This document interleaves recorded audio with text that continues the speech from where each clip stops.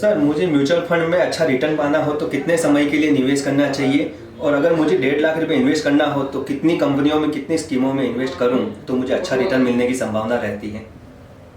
आपका क्वेश्चन बहुत ही वैलिड है सर। आपने पूछा है कि मुझे कितनी स्कीम में निवेश करना चाहिए, कितनी कंपनी में निवेश करना चाहिए, कितने समय के लिए निवेश करना चाहिए। सर यूजुअली ये क्वेश्चन बहुत कम लोग पूछते हैं। लोग बाग आते हैं, कहते हैं कि मुझे XYZ स्कीम में निवेश करना। ये क्वेश्चन बहुत ही इंपॉर्टेंट है। सभी निवेशकों को ये इन्वेस्टमेंट करते समय पूछना चाहिए और साथ में ये भी पूछना चाहिए क्यों निवेश करना चाहिए। तो मैं दोनों क्वेश्चन को आंसर करने की कोशिश करता हूं आपका सर। डेफिनेटली ऐसी मुझे पूरी उम्मीद है कि आई कैन आंसर यू। सबसे पहले आप जो भी निवेश कर रहे हो कम से कम 4 से 5 कंपनी में निवेश करना चाहिए। अगेन रूल ऑफ डाइवर्सिफिकेशन लागू होता है। सभी अंडे एक ही टोकरी में नहीं रखने चाहिए।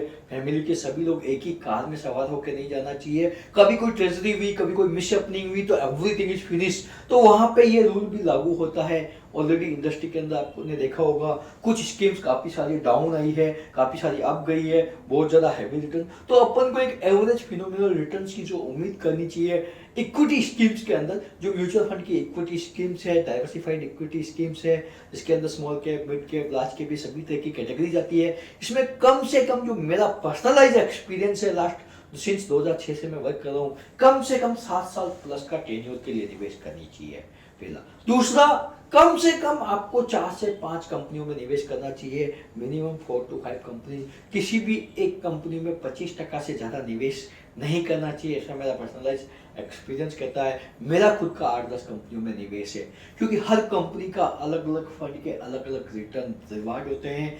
आज की डेट में इंडियन मार्केट के अंदर लगभग 5000 तरह की स्कीम अवेलेबल है और 44 मैन्युफैक्चरर्स है। हर मैन्युफैक्चरर्स की अलग अलग एक्सपर्टाइज है, हर मैन्युफैक्चरर्स अलग अलग तरह की स्कीम है, हर एक का अलग अलग रिवार्ड एंड रिटर्न्स है। तो आपको कम से कम 4-5 कंपनियों में निवेश करना चाहिए। कम से कम 7 साल प्लस का टेन्योर हो तो आपको सुप्रीम फिनोमिनल रिटर्न बनने के चांसेस है।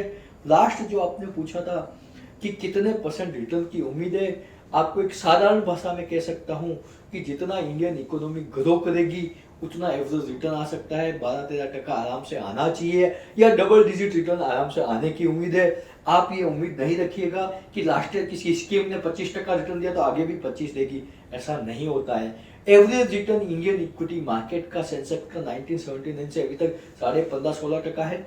आने वाले समय में ये कम हो सकता है।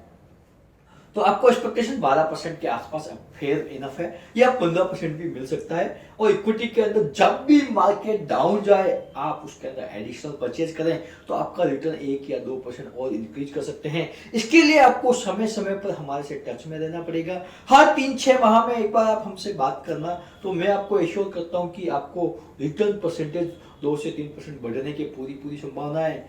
और हमने आपके लिए एक डेडिकेटेड कॉल सेंटर भी हमने बनाए हैं, तो हमारी टीम भी आपसे हर 3-6 माह में एक बार बात करा करेगी। तो इससे मुझे पूर्ण विश्वास है कि आपकी वेल्थ क्रिएशन जर्नी के अंदर हम लंबे समय तक आपका सपोर्ट करेंगे, सुपर वेल्थ बनाएंगे। समय समय पर आपका पोर्टफोलियो रिव्यू किया जाएगा।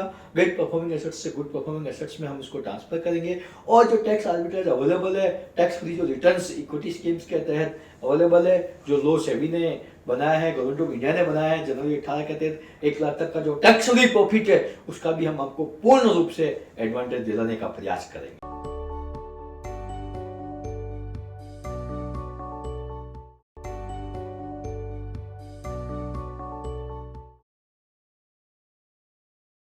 Mutual fund investments are subject to market risks. Read all scheme related documents carefully.